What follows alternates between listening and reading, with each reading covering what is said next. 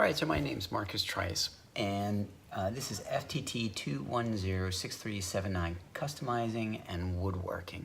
And this is the final project for week 8 for the muzzleloader lab. Just want to say this has been probably the most enjoyable, and for me personally, the project that I have learned the most about firearms that will hopefully help me with future projects and hopefully with a personal business. But anyway, part 1, multimedia presentation. So obviously I'm doing a video. I'm going to try to do a video and include in it part 1, part 2, and part 3 and answer these questions that's required. The first one obviously talks about having high resolution pictures, so I'm hoping to show in front of the video here the things that I've actually done. So the first thing is and it's inletting the stock, and so as you can see, be careful because this is actually very long. Inletting the stock, you need to use tools and bluing. Well, not bluing, but like an indigo blue. This one is Prussian blue, right? And you coat your different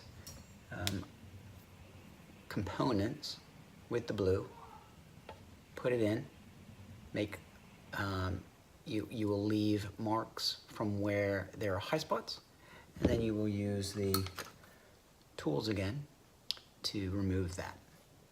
So that is inletting, and I'll show you. I haven't taken the buttstock off yet, but I'm going to take the buttstock off. But I've taken everything off just for this video so that you can see all of the work that I have done. The next one is removing casting marks from brass. And so I'm trying to find one that actually has some casting marks. This is the trigger guard, and you can see there's a little casting mark in here, and I haven't removed this one yet.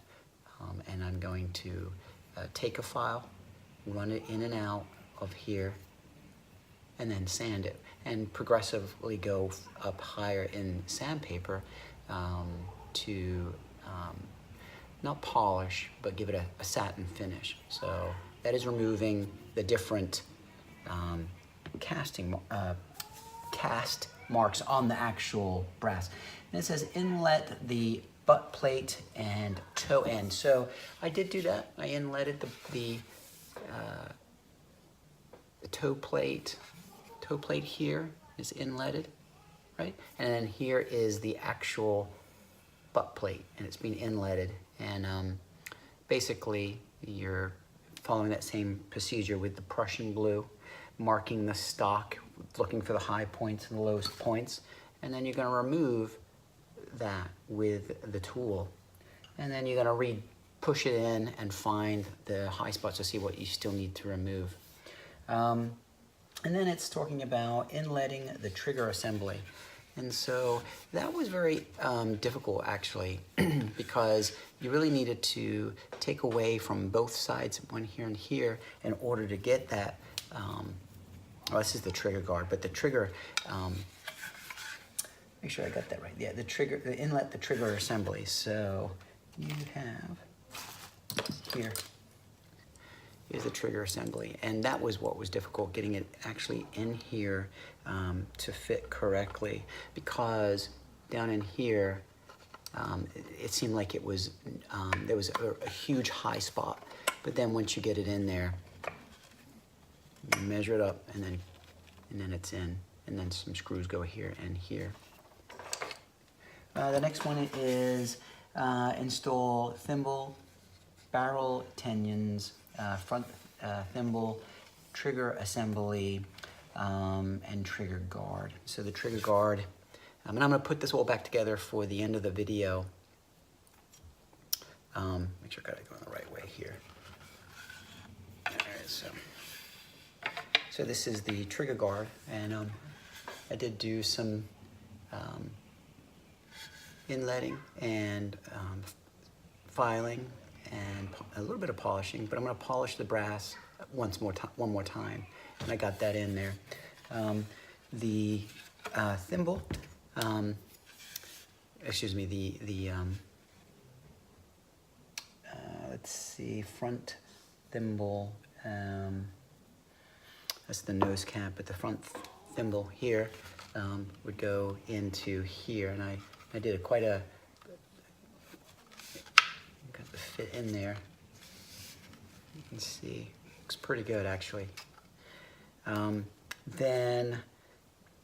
then obviously here goes part of the additional bracket for the cleaning rod, and it mounts in here, right? And there's the hole I drilled for it. Now the barrel tenons.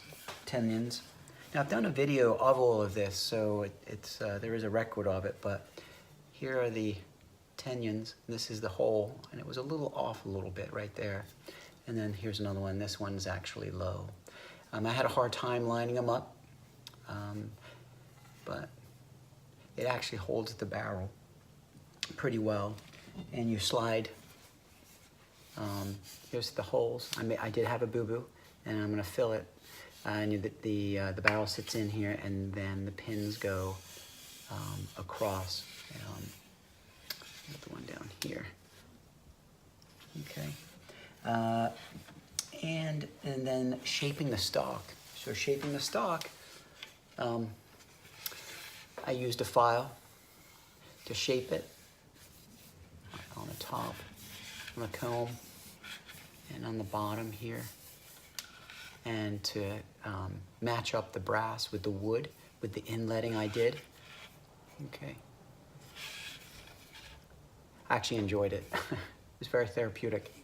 And then it says install the nose cap. Now that was a little tricky because the video that was given to us shows that once this is on, that you drill all the way through, and that you drill and you use the black screws, but you don't use the black screws. Then they had used the black screws and then cut them off.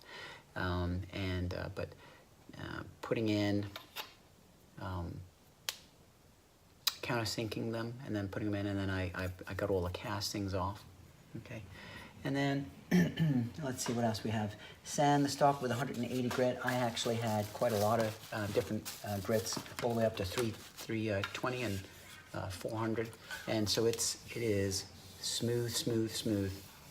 I mean, it's really smooth. The whole stock all the way down to the end, very smooth. Let's see, narrate the procedure you use to complete the muzzleloader build, starting with the unpacking and the materials and ending up with the function check. Feel free to summarize, but make sure you expand on at least one step that you found particularly challenging. And I can tell you right off the bat, it was the butt stock. This to me was very, very challenging, trying to inlet it. I still don't think I got it perfect. There's a gap there. I wished it was a tighter fit. That was really, really challenging. But let me demonstrate something here.